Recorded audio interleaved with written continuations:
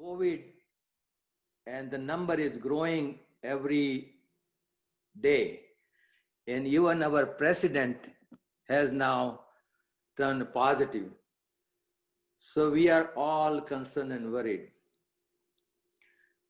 Keeping that in mind, we have a distinguished speaker today. He is a clinical professor of medicine, medical director of the heart transplant, director of cardiac amyloid program, director of heart transplant research at Cedars-Sinai Heart Institute in Los Angeles with UCLA.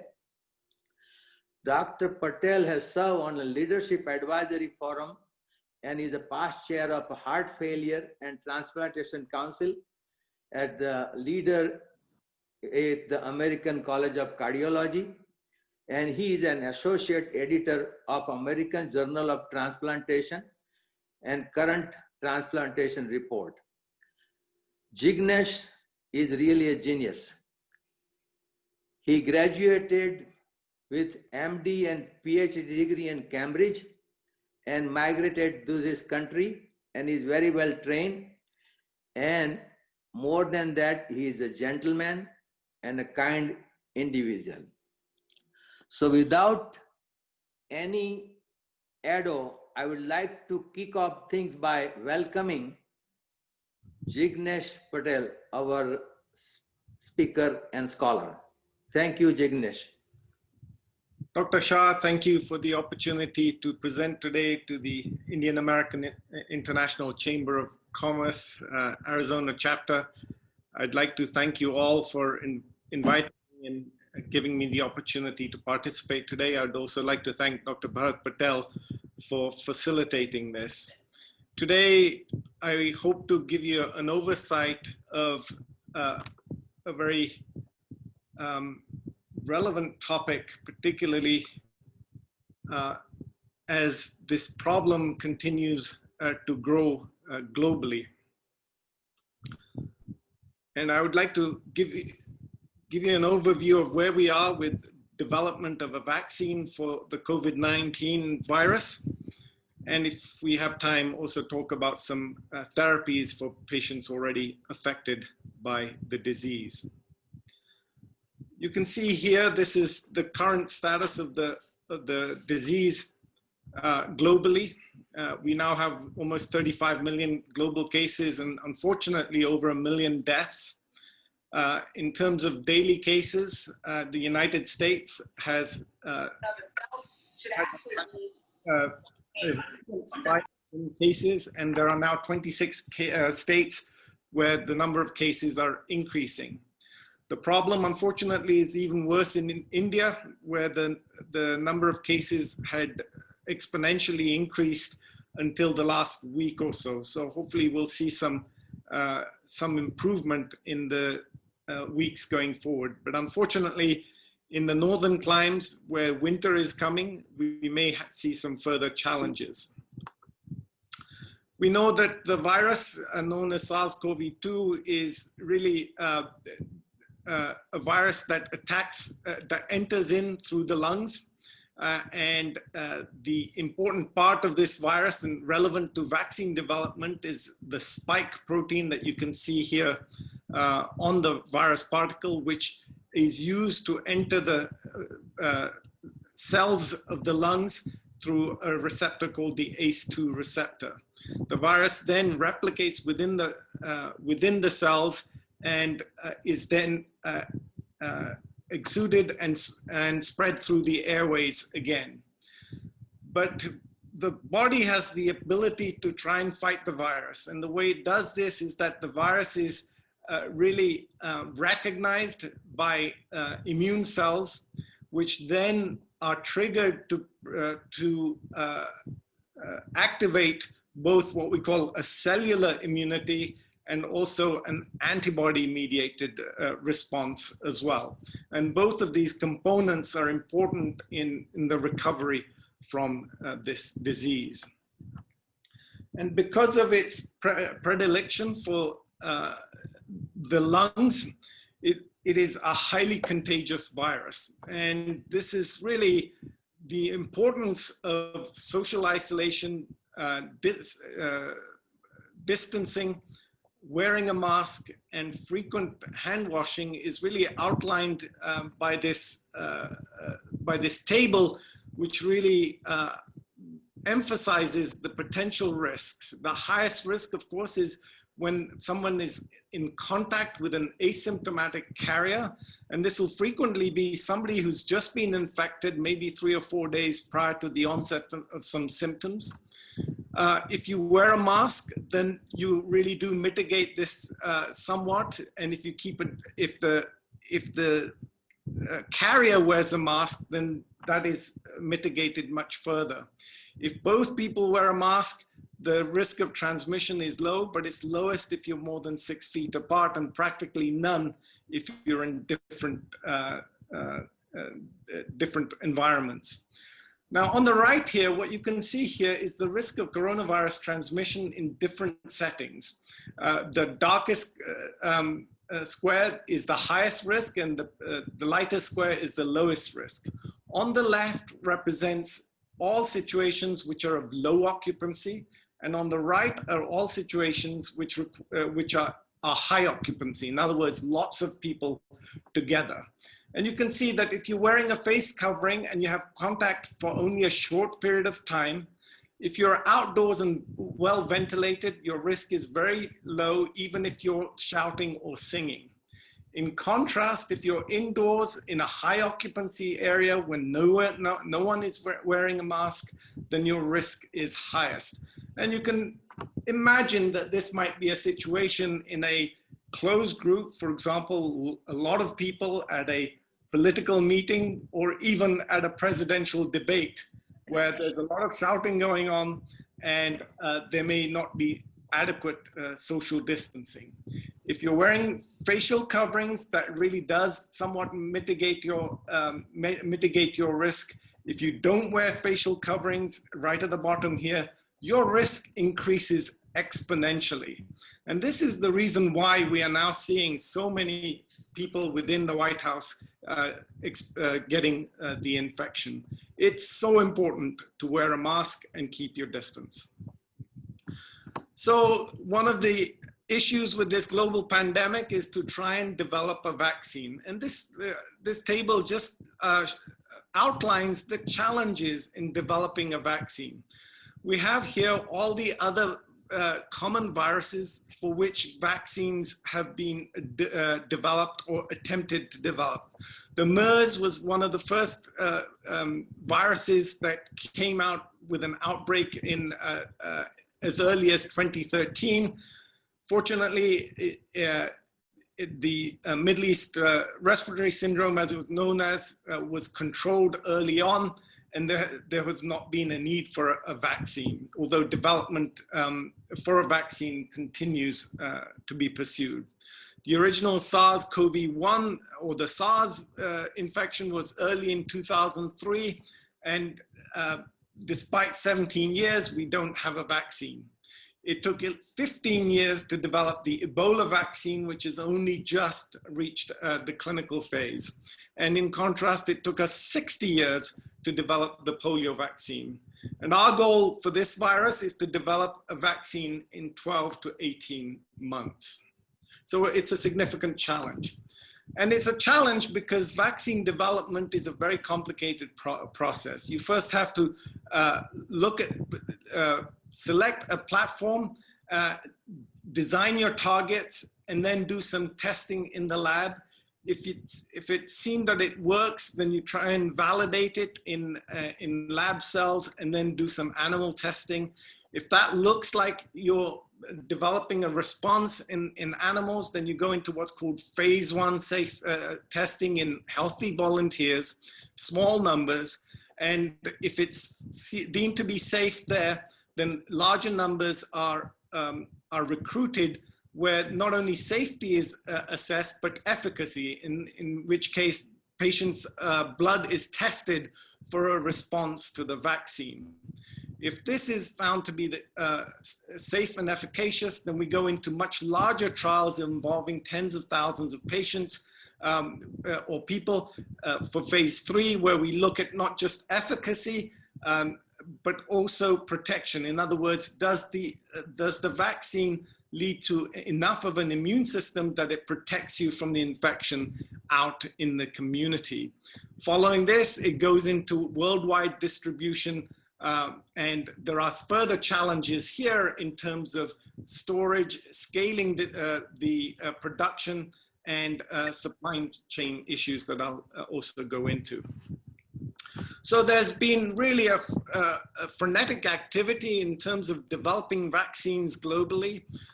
There are currently 178 putative vaccines that are under development, 9 in phase 1, 13 in phase 2, 8 in phase 3, and there are currently 3 so-called approved vaccines that are currently being deployed. There are 2 in China and 1 in Russia. The efficacy of these vaccines has not been well established because they were only tested in small numbers of volunteers. Now, it's important to know that to develop a vaccine, there are multiple different potential strategies. We can use DNA or RNA. We can use a viral vector that's using another virus and then tagging on the DNA sequence of the spike protein from the SARS-CoV-2 into that virus. We can weaken or inactivate the SARS-CoV-2 virus and then use that. Or we can just use a part of the virus, for example, the spike protein alone, isolate the spike protein off the virus and use that to see if we can stimulate an immune system. So you can see here that the number of potential viruses under development, the Moderna and the Pfizer vaccines are currently in phase 3 clinical trials. They use this strategy. They use either a DNA strategy or an RNA strategy. The DNA strategy is a little bit more difficult because you have to get this spike gene onto into the nucleus of the cell. And to do that, you have to use an electrical pulse at the delivery of the vaccine, which can be quite uncomfortable. The RNA vaccine, the RNA only needs to get into the cytoplasm of the cell, so it's more easily delivered through a lipid shell coating. And the idea is that once the DNA or the RNA is delivered into the host cell, the host cell will start making the spike protein of the virus. And this spike protein will then elicit the immune response that I mentioned earlier. With respect to a replicating viral vector, the idea here is that you take the SARS-CoV-2 gene and put it in a different virus, a virus that's not so pathogenic and doesn't cause as much illness.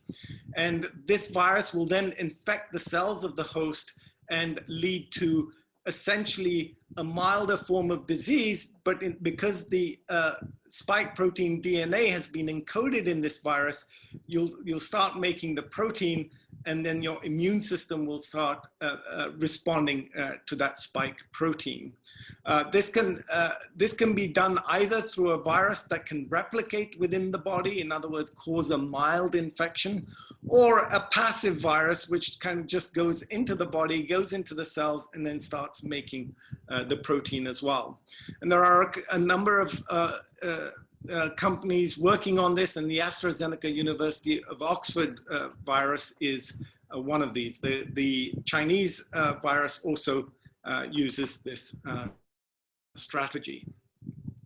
Protein vaccines really are designed to essentially use the protein on the surface of the virus, either through a weakened virus or a dead virus or inactivated virus, which can then get into the host cell and make the protein.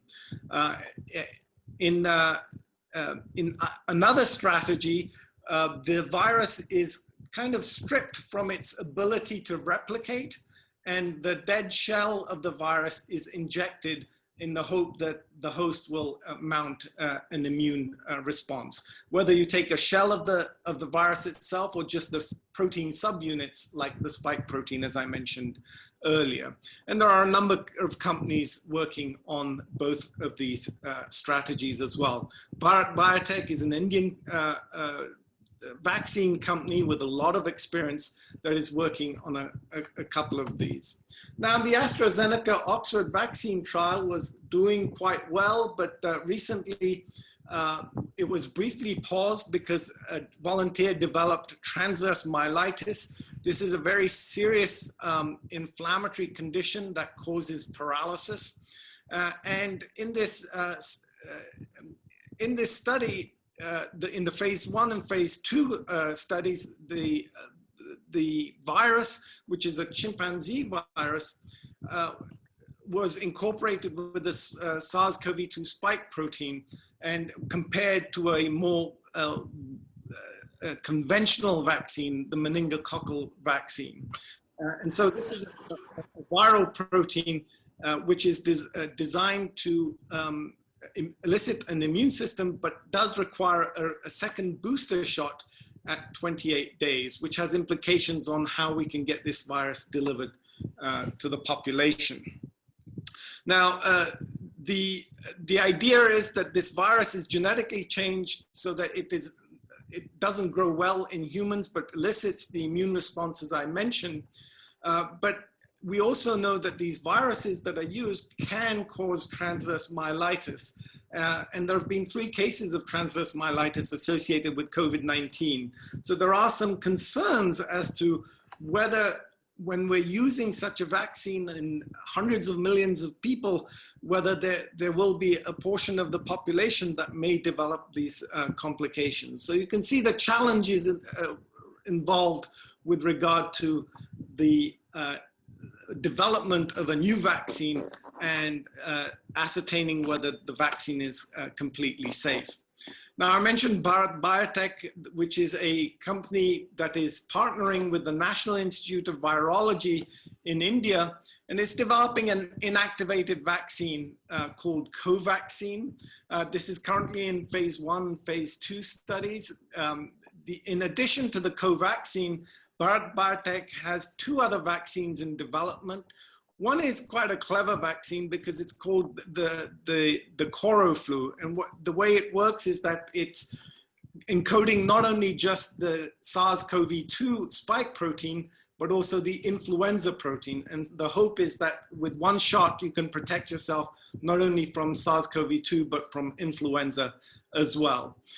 The other one that they're working with is a deactivated rabies vaccine. And the good thing about this type of vaccine is that it can be used in patients with a suppressed immune system, in pregnant women, and in children as well, with a relatively good safety profile. Well, what happens once we do get a vaccine, assuming that it works? We think that if we have a vaccine that has about a 50% efficacy, in other words, it will provide an adequate immune response to about half the patients that the vaccine is given to, then we will have actually made a great contribution. So we don't have very high hopes in providing complete protection with these vaccines. The best I think we'll manage will be about 50%. Once we do have the vaccine, the National Academies of Science, Engineering, and Medicine have come out with a 4-phase plan for distribution of the vaccine. The first phase will involve vaccination of high-risk workers, including healthcare facilities and first responders, people of all ages who are at significantly higher risk, and older adults living in congregate or overcrowded settings, particularly nursing homes. The second phase will go into critical risk workers in industries critical to functioning of society and at substantially higher risk of exposure. For example, teachers and school staff, people with comorbid conditions who may be at higher risk, and older adults not included in phase 1. And in this phase, homeless shelters, and individuals with physical and mental disabilities, prisons and jails will be vaccinated. The third phase will involve lower risk individuals, young adults, children, workers in industries, essential to functioning of society and at increased risk of exposure, not included in the first two phases.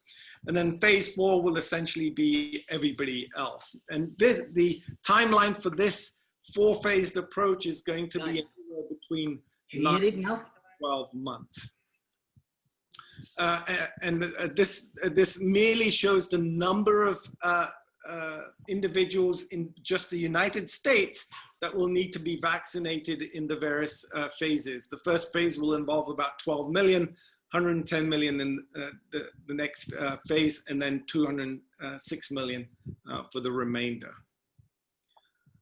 Well, the government is really hedging its bets in terms of which vaccine is going to work. They've already secured several hundred million doses of the various vaccines produced by not only AstraZeneca, but also Moderna and Johnson & Johnson. These are the three main, and Pfizer. These are the 4 main companies that have really got to a phase 3 trial with a vaccine with promising results. Once we do have the vaccine, we do have a phased approach to delivering the vaccine, but there are significant logistical implications for delivering the vaccine. The problems with most vaccines is that they need to be stored in cold conditions. Some of these vaccines need to be stored at -9 Fahrenheit. The Pfizer vaccine needs to be at -94 degrees Fahrenheit. And if these vaccines are allowed to get warm, they become ineffective. So you can imagine the significant logistical challenge that we're going to have in getting these vaccines, not only to the smaller counties and smaller areas, but globally to delivering these vaccines, particularly in hot climes and rural villages and towns. So the delivery companies are actively working at the logistics of being able to deliver vaccines to all parts of the world. Now, you can see here that if we, in the one scenario, if we have a vaccine that requires stringent temperature requirements, then it is estimated that maybe about 25 countries will have a high feasibility of being able to deliver the vaccines to its population, or a total population of about 2.5 billion. If there are less stringent requirements and conventional temperature requirements, then the high feasibility at scale will be increased to about 60 countries with a population, total population of about 5 billion. So how we get these vaccines developed, what they require is going to be crucial in ensuring that we can get these vaccines delivered globally. Because if we can't deliver the vaccines globally, we're not going to be able to impact this virus significantly. As I mentioned, it's not going to give you full protection. And unless you can get the virus down in the community to a level where it's not spreading through partial immunization of the population, this virus will continue to spread globally despite the presence or the availability of vaccines. So I just wanted to now move on to some management options once individuals do develop the disease, and give you an update on where we are with treatment of this disease. We have a very good understanding of how this virus gets into the body, how it replicates, and how it's causing disease. And unfortunately, it's not only limited to the lungs. The patients who develop SARS-CoV-2 are increasingly likely to have inflammation of the heart. A majority of patients, even with mild disease, when they had MRIs performed in a recent German study, showed that these patients had inflammation of the heart. They get inflammation of the blood vessels, which leads to clots in the lungs, heart attacks, which we are seeing in enormous numbers in India currently. Patients who've had stents placed in 10 years ago are having their stents clotted off because they've developed SARS-CoV-2. And it's causing a significant problem with thickening of the bloodstream. The virus is getting into the brain as well, and is getting into kidneys, liver, and really virtually every organ that we've looked at. So treatment has really been, developing a strategy for treating this virus has really been a singular focus since March of this year. And of course, one of the first studies that were performed was in China, where the virus originated back in January and February in Wuhan. This was the first large-scale clinical trial looking at an antiviral combination of two drugs. The important aspect of this trial was that it showed that in the setting of a pandemic, you can design a large trial and look at objectively look at whether something works or not. And this was an important trial which showed that unfortunately this antiviral drug really had no impact on reducing the viral load in patients who are affected with this. And when it came to improvement in patients recovering from this disease, the use of the antiviral drug really made no difference in terms of how quickly patients recovered. Of course, there was a lot to be said early on as to whether hydroxychloroquine and azithromycin may be helpful in treating this virus. It was unfortunately based on a very poorly designed small study published in a low impact journal. It made the news, and unfortunately our president also took on and ran with it, as did the president of Brazil.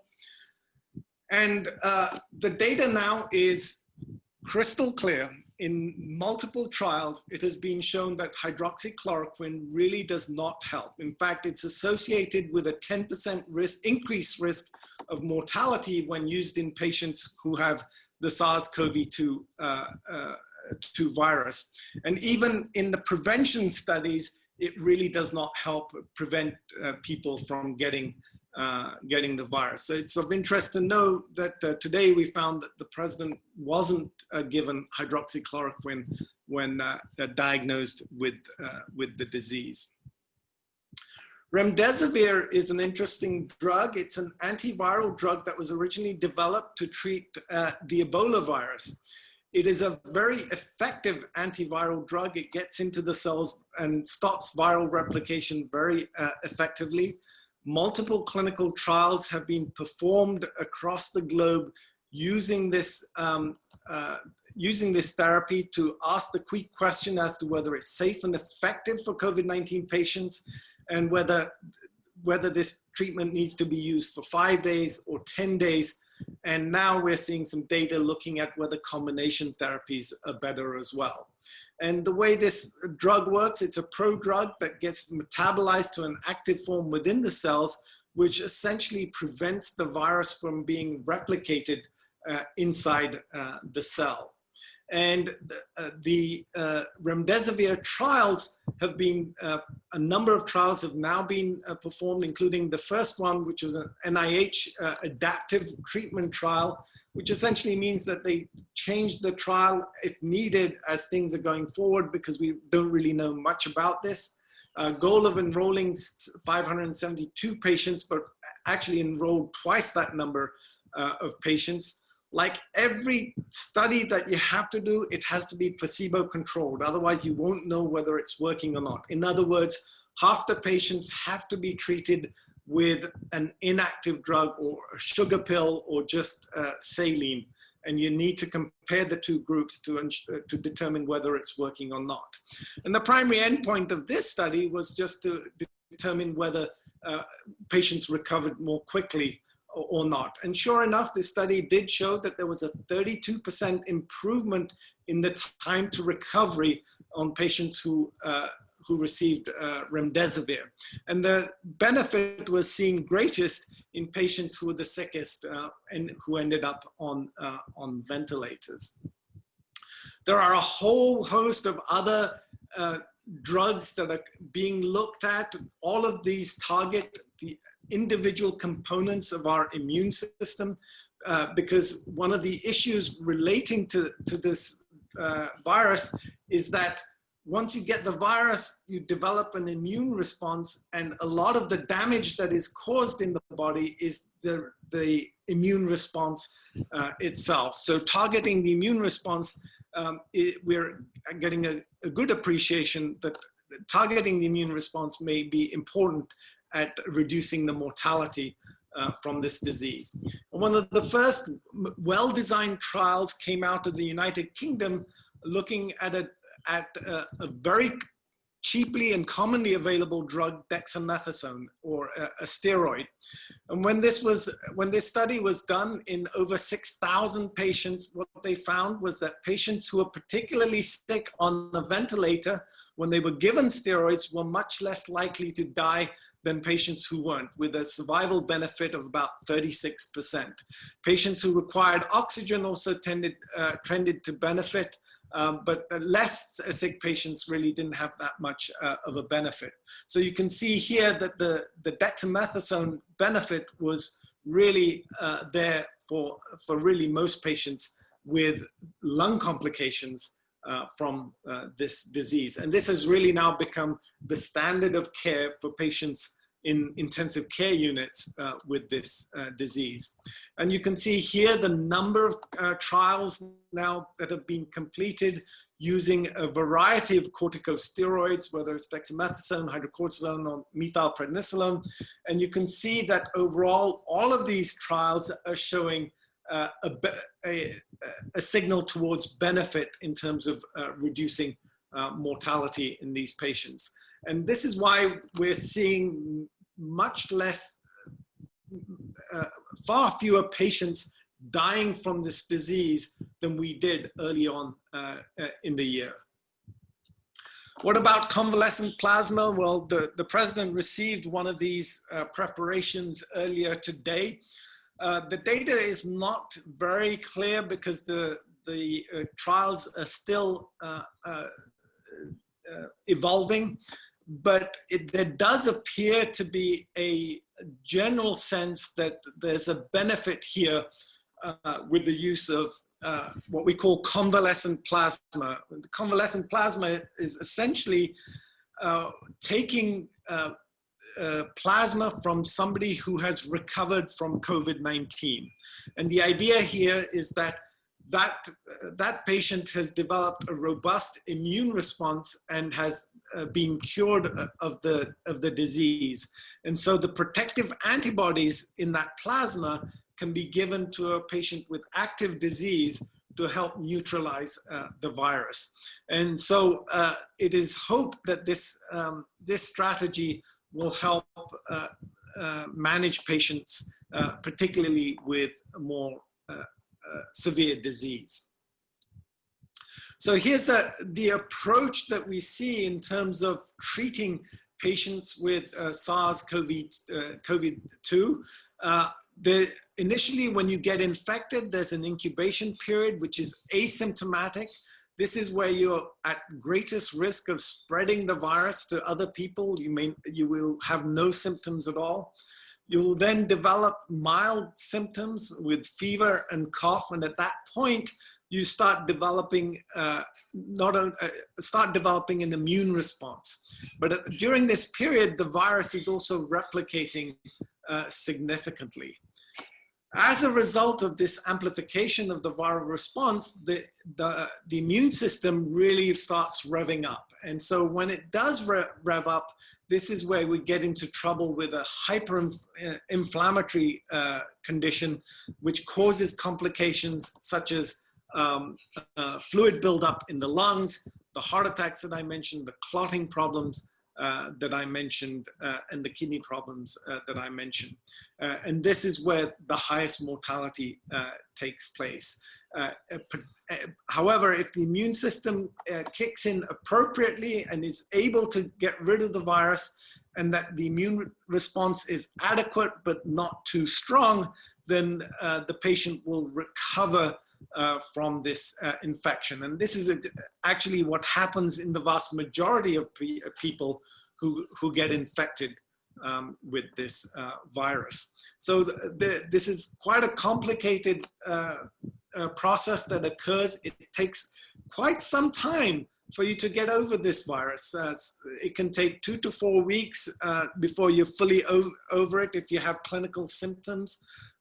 Some patients are not recovering even after 3 or 4 months because of ongoing issues with the immune system having not switched off despite the virus having gone away.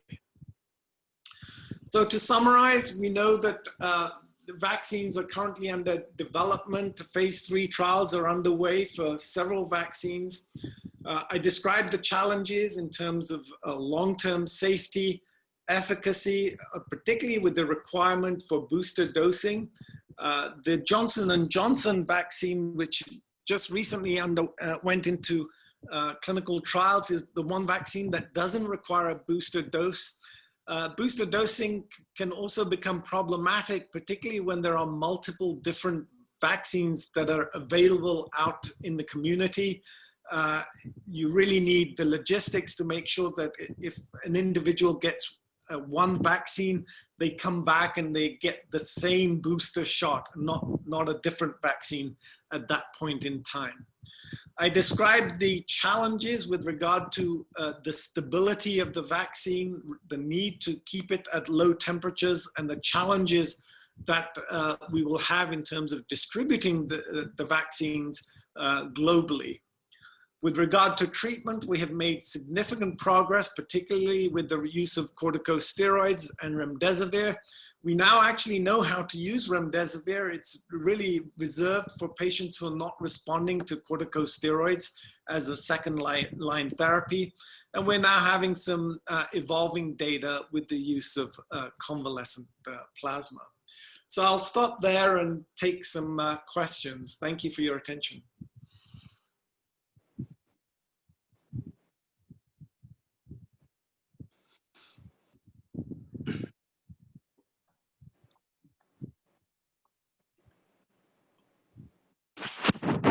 Dr. Patel, I would like to ask this question about the convalescent plasma. You said the president is getting convalescent plasma, or actually they say it is a cocktail of antibodies manufactured by Regeneron. So it is not actually convalescent. Correct. It's actually, yes, it's a cocktail of antibodies, but it's really been developed from the knowledge of the development of antibodies through convalescent plasma. So you're right, it's actually a cocktail of, the Regeneron product is slightly different to convalescent plasma itself. But actually the data on that is even less than the convalescent plasma because the studies are at a much earlier phase.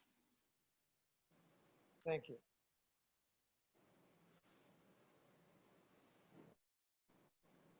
So there are some questions in the chat. And I have 2 questions. Okay. Yeah. May I ask them?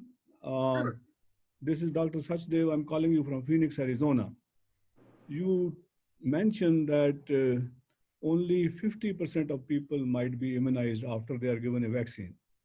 Now, how do you find out that those who have not been where the vaccine will not work? Because would you want to wait for next 6 months or a year to find out and the person gets the disease? Or is there a mechanism by which you can find out that the person doesn't have antibodies yet. And the other question was, how do we know when the vaccine is being distributed?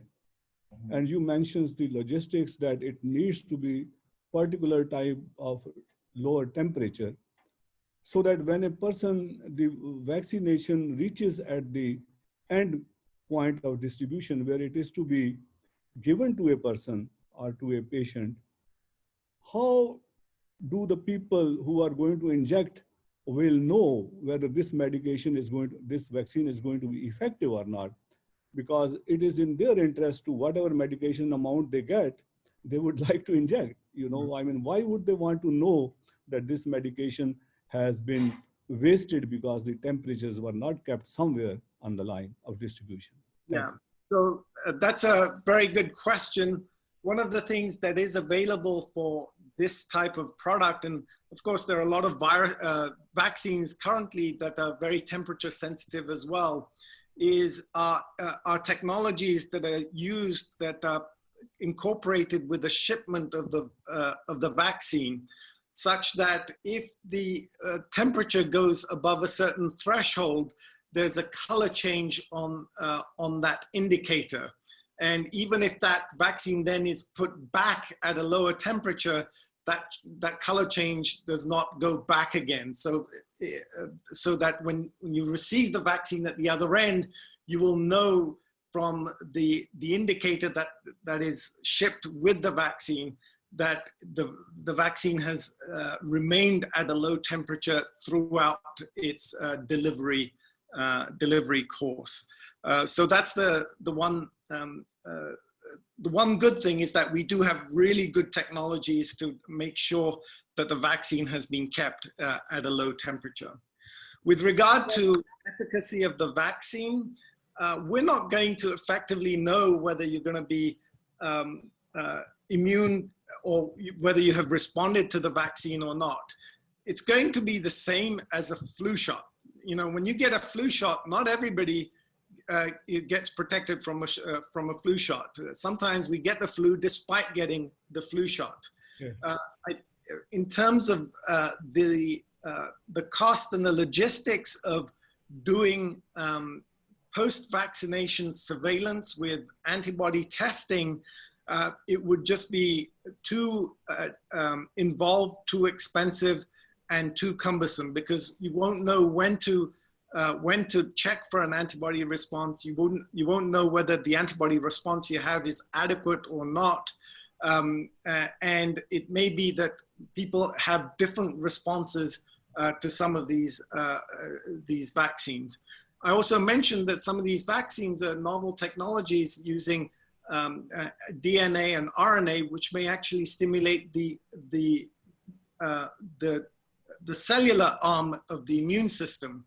And we, not only just the antibody production, and it may be that the cellular arm of the immune system may be just as important at providing protection.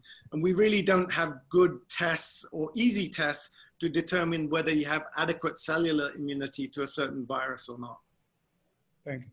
Dr. Patel, get enough people vaccinated and you have enough people protected from the virus, then the R value of the virus, that is the infectivity rate of the virus, will drop. And once the R value drops below 1, then the virus then is not able to amplify in the community and kind of just dies off. And that's kind of what happened with the MERS virus and the SARS-CoV-1. So that's the idea. You don't need everybody to be protected, but you need enough people to be protected to get the virus down. Dr. Patel, this is Sajis Karia. First and foremost, thank you for this wonderful, insightful presentation.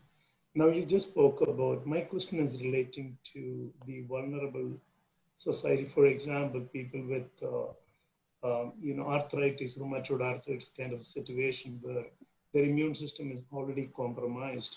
So what's your advice for such people? Well, I take care of patients who've had heart transplants, and they have a very compromised immune system. Right. And heart transplant patients actually are very good at doing what's needed to avoid getting infected.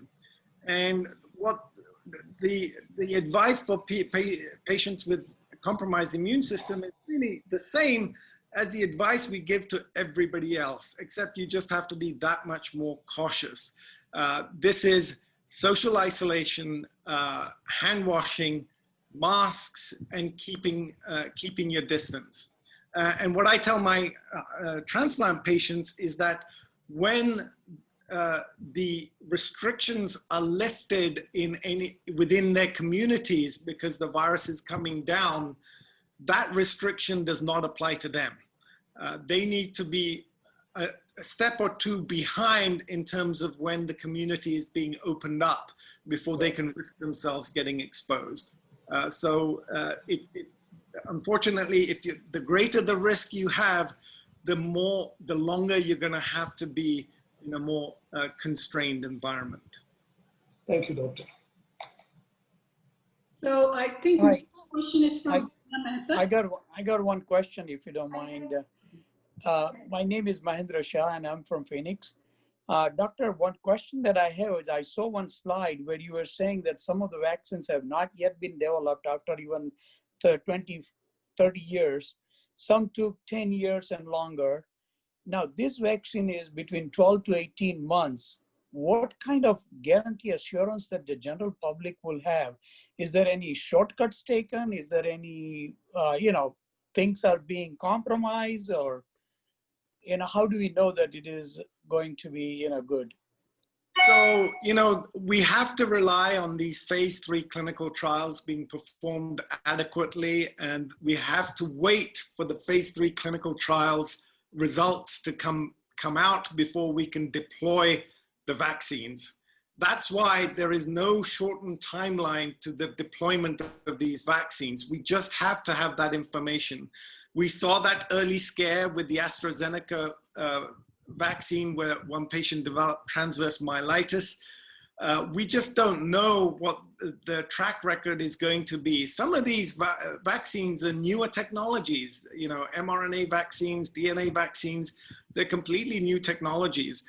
So it's going to be, I think we're going to be implementing these vaccines relatively early because of this pandemic situation. But we will also know that there may be increased risks as a result.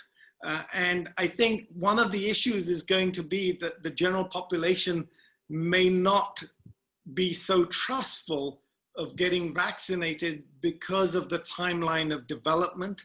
There's already a lot of consternation with regard to routine vaccines out there. And so there are many people who say, I'll just won't have the vaccine. So that can be problematic. Hi, this is Adina Mehta. I have two questions. One is, how effective are the current flu vaccines? And the second one, you answered a part of it, but I also wanted to know if the best scenario means that only 75% of those who will be receiving the vaccine would get protection, then in your opinion, won't therapeutics become as critical as the vaccine? Yes, so currently the flu vaccines have variable efficacy depending on which year you got the vaccine. So from year to year, it's variable from 30% to about 60 to 70% in a good year. And I think that's probably going to be, that's really the range for a lot of the vaccines that we see for viruses, at least.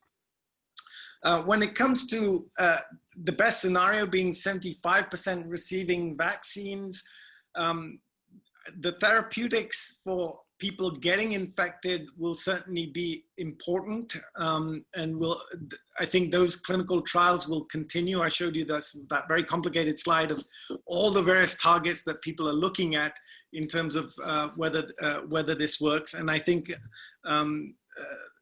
that will be ongoing. What we do know is that we are much better at taking care of the sickest of these patients.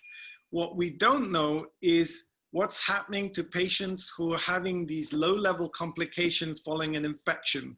For example, we're seeing patients with inflammation of the heart. We're seeing patients who are getting some clotting issues that may have milder forms of heart attacks. And so we're going to see a large number of patients who have survived the virus but have lived to develop long-term complications from this virus. And how bad that's going to be, only time will tell. All right, thank you. Oh, Doctor, this is Nate Badiraju from Phoenix. I typed the questions, but I want to go ahead and ask you. Sure. One of the question is, so you were mentioning about the long-term effect. So is there enough data on, maybe it's still premature, you know, on the long-term effect, because for those who recovered from COVID, because there's a lot of rush towards get this vaccine, are we going to go through the same thing? You know, is there a concern on any long-term effect? So what would those be?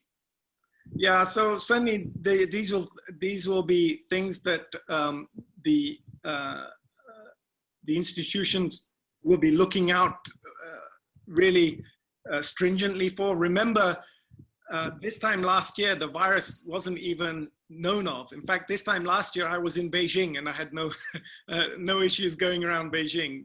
We are dealing with a very, very new pathogen. And from a new pathogen to getting protective vaccines within a window of less than 1 year is really a very compressed time frame. We have no idea as to what the long-term holds with regard to this patients who've had the infection or the long-term consequences of even getting the vaccines. And so we can only hope that we'll find a vaccine that has or we'll find a number of vaccines which will have sufficiently adequate safety record and sufficient efficacy to make a difference in getting this virus less prevalent globally. But you showed in your slide though that the older people are being given in phase 1, phase 2, earlier phases, but without knowing the effects, you know, there could be a long-term effect on these older people, you know, which could be fatal and all that. So it's a risky situation, I think. Yeah, it's a calculation. It's a risk-benefit calculation. So what are the risks of getting the virus and dying or getting really sick from the virus versus the risk of a vaccine and the benefits of that vaccine providing protection.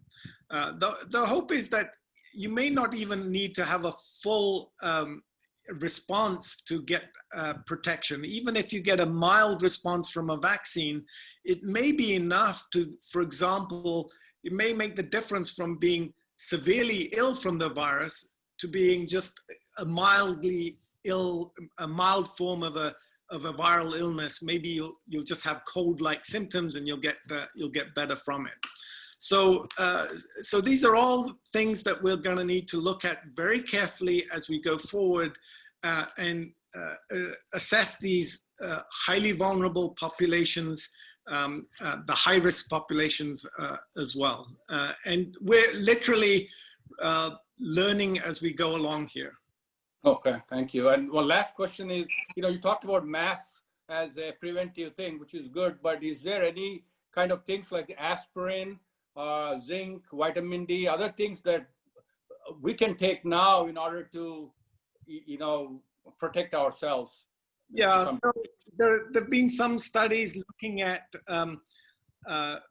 most of these are retrospective studies. That means that they're not prospective randomized trials. The best way of knowing whether something works or not is to do a placebo-controlled trial. You give half the population aspirin, you don't give half the population aspirin, and see how many of if there's a difference between the two groups.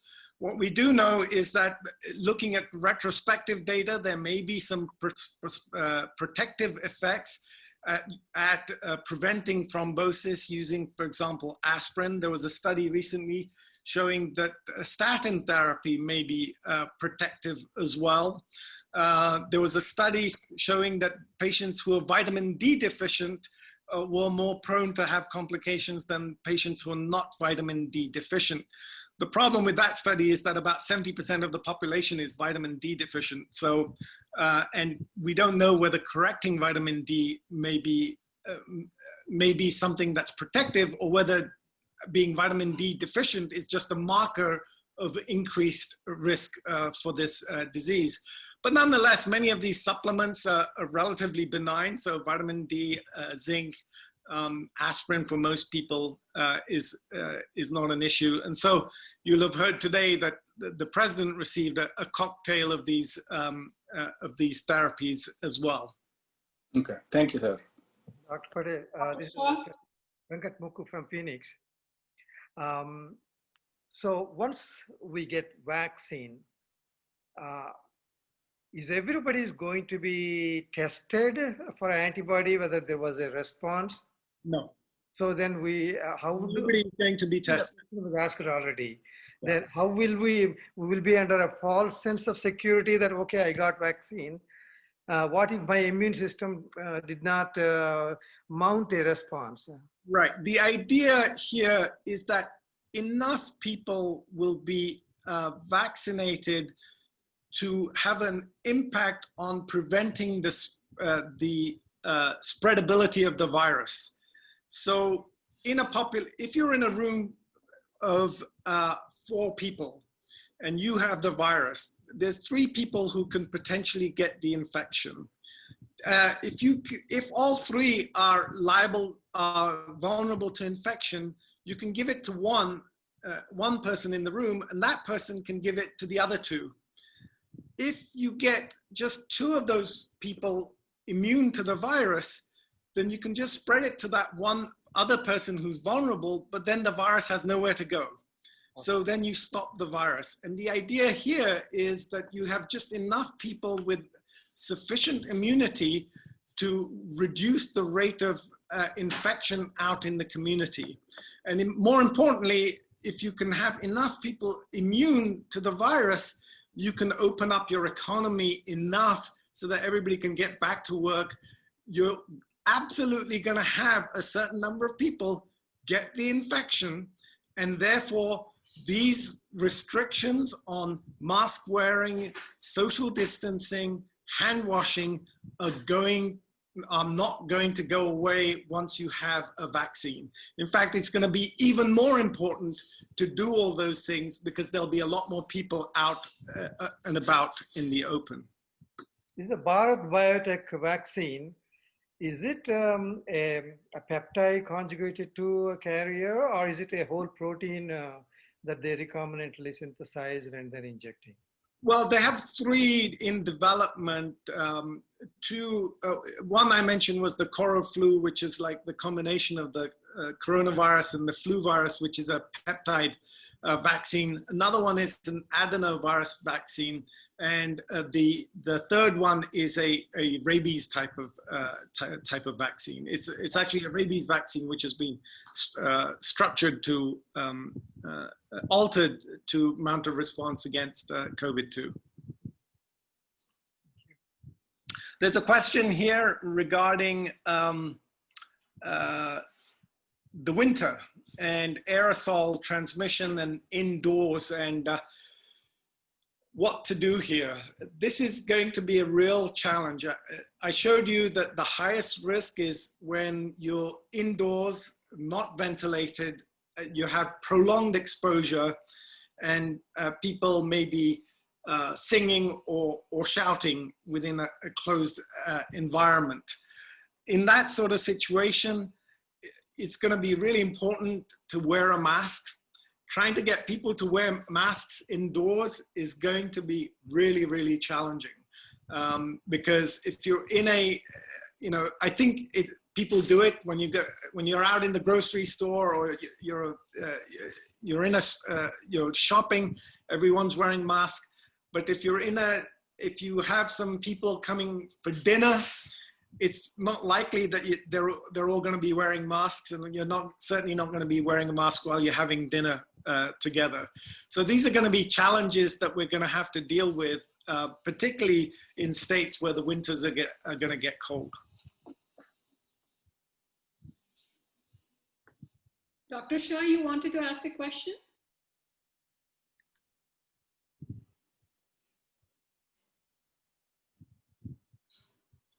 Can you hear me? Yes. If efficacy of vaccine is even a 20% or 30%, how much percentage of population you require to build herd immunity? So even a small response or very minimal response to the vaccine will be very helpful, because some people think that you need only 30% or less than 50% to have herd immunity to fight this virus. Yeah, so the number of people you need to achieve herd immunity can actually be up to 70%, depending on how infectious the virus is. And this virus, we know, has extremely high infectivity. It's much more infectious than other viruses that we've come across, and that's the challenge. The greater the infectivity, the higher the level of herd immunity that you need to reduce that R number down within the population. So I suspect that the numbers for herd immunity in this situation is going to be much higher.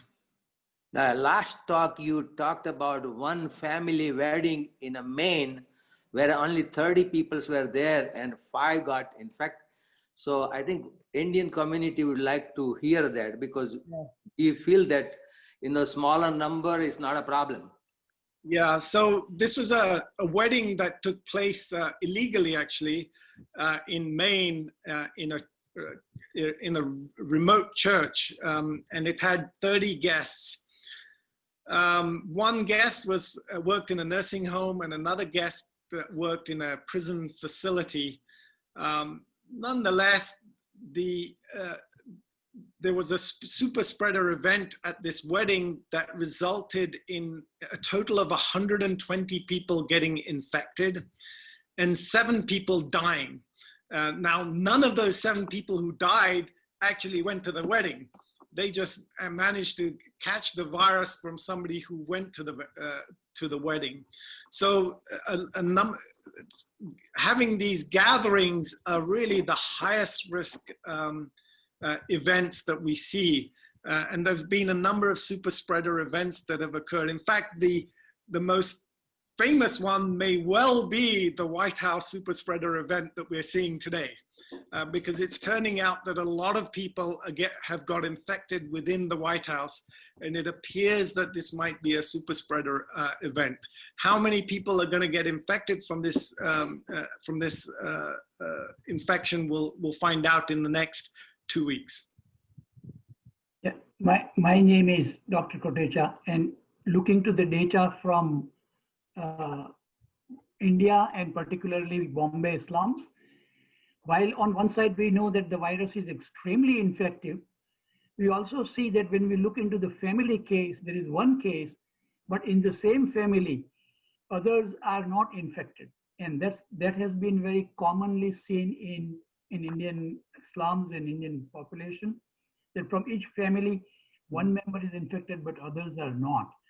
So how do we explain this high infectivity on one side, but the family members isolated cases?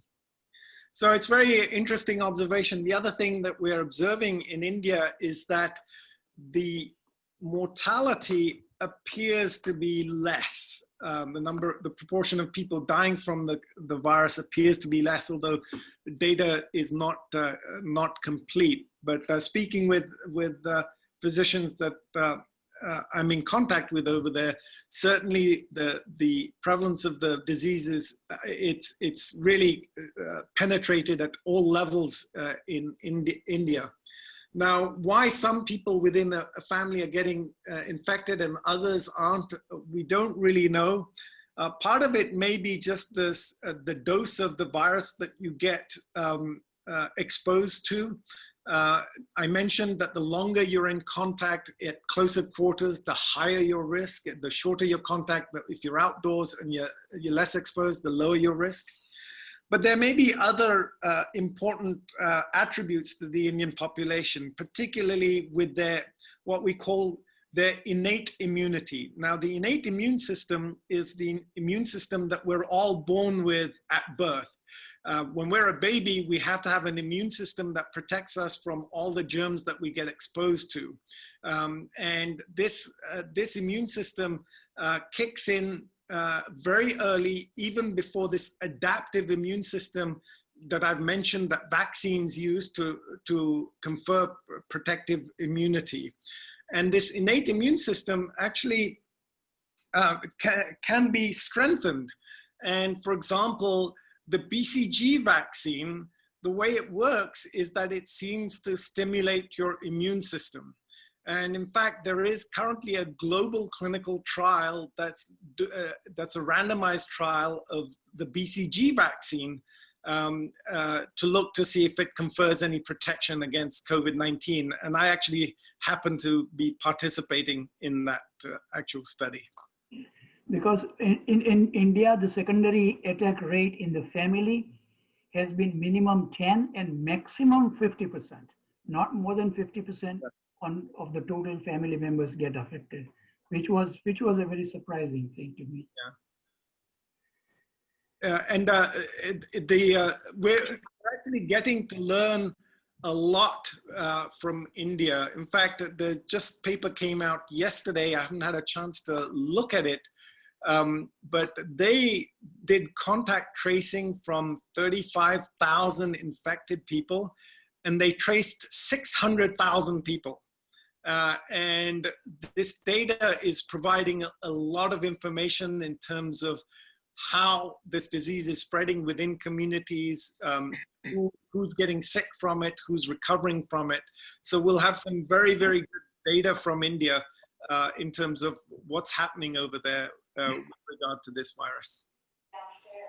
Can I have one question, please, doctor? It's a great presentation, but let me ask you one point blank question. Would you take this vaccine tomorrow if it is there? Well, you know, I'm going to be in phase 1 because I'm a frontline worker. So I suspect when the vaccine becomes available, my institution will basically say, have the vaccine or don't come to work, just like they do with the flu vaccine. But you know what? I think I will, if it's offered, I'll certainly take the vaccine because it's a relative risk-benefit ratio in terms of what your risk is from getting the virus versus what the likelihood of getting protected from the vaccine is. So it'll be, of course, before I take the vaccine, I'm going to look very carefully at the published data from the phase 3 clinical trial.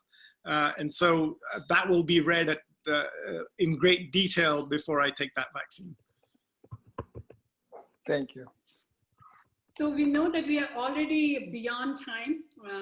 Thank you so much, Dr. Patel. And then there are almost 10 questions in the chat box as well. So would you like to answer a few of them? Or Sure.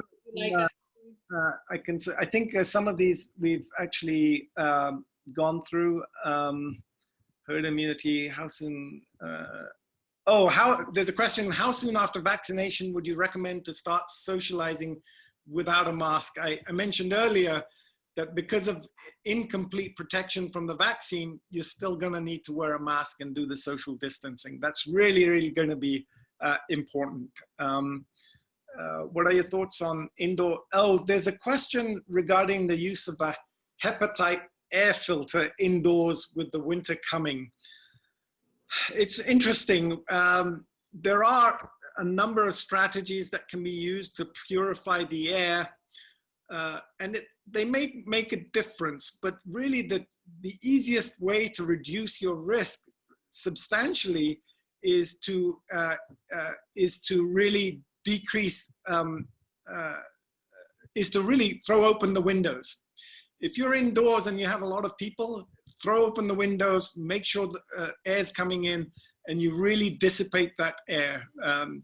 adding enclosed systems, having HEPA air filtration systems, UV light, all of these strategies will need to be formally evaluated.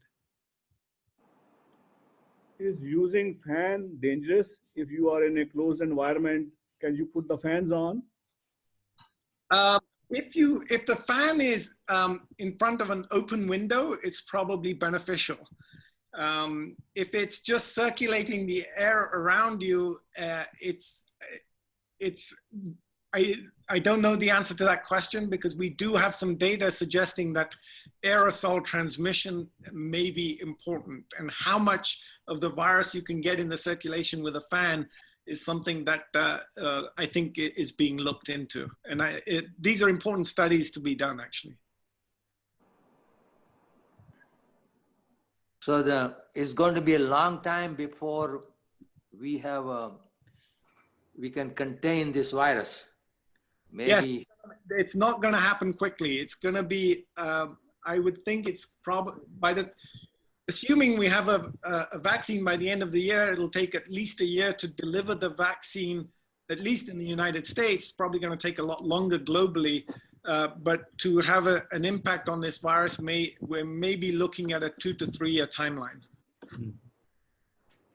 So historically, that Spanish flu in 1918, was it a 2 years period? Was the long enough? Yeah. So if you remember, you have to remember that in 1918, we did not have a mobile population. People didn't fly around. They didn't go around, drive to places.